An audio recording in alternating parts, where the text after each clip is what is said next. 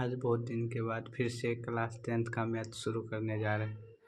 तो इसमें सबसे पहला चैप्टर नंबर सिस्टम से हम शुरू करने जा रहे हैं, जो क्रैश कोर्स के रूप में होगा।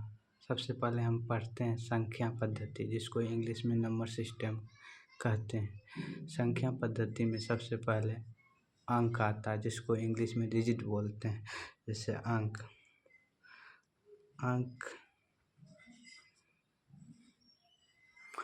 किसे कहते हैं? अंक को इंग्लिश में डिजिट बोलते हैं। दुनिया में कोई भी संख्या हो जिसको हम लिखते हैं, कितनों भी संख्या लिखे या कोई भी लिखें, तो वो सब बिना अंक का लिख पाना संभव नहीं है। तो इसीलिए हम जब गणित की बात करते हैं तो उसमें अंक सबसे महत्वपूर्ण है। तो अंक जब शुरू होती है, 0 से शुरू होती है। 0, 1, 2, 3, 4, 5, 6, 7, 8 और 9, ये सभी अंक कहलाते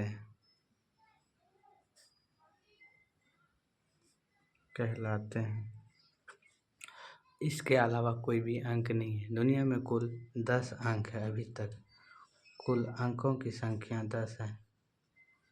अंकों की संख्या 10 है। इसके सहायता से ही हम दुनिया का कोई भी अंक बड़े से बड़े लिख सकते हैं। तो इसके बाद आता है, अंक के बाद आता है पूर्ण संख्या, जिसको इंग्लिश में होल नंबर बोलते हैं। नंबर कहते हैं। तो पूर्ण संख्या, जैसे हम 0 से शुरू करते हैं, 0, 1, 2, 3, 4, 5, 6, जैसे हम बढ़ते रहेंगे 0 से शुरू करने पे आगे जितना तक बढ़ते जाएगा सभी संख्या कहलाते हैं पूर्ण संख्या। जैसे 0 से लेकर कर अनंत तक की संख्या को पूर्ण संख्या कहते हैं।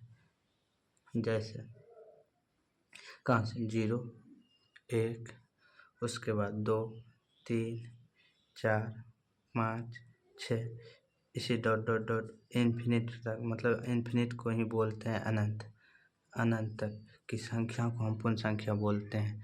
तो पूर्ण संख्या में अगर हम 0 हटा दें तो नई संख्या बनता है, जिसको हम बोलते हैं प्राकृत संख्या,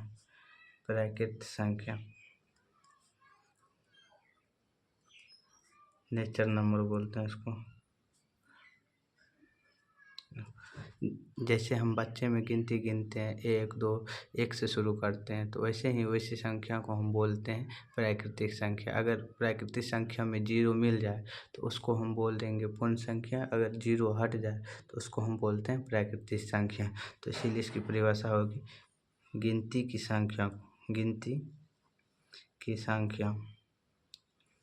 को प्राकृतिक संख्या कहते हैं। जैसे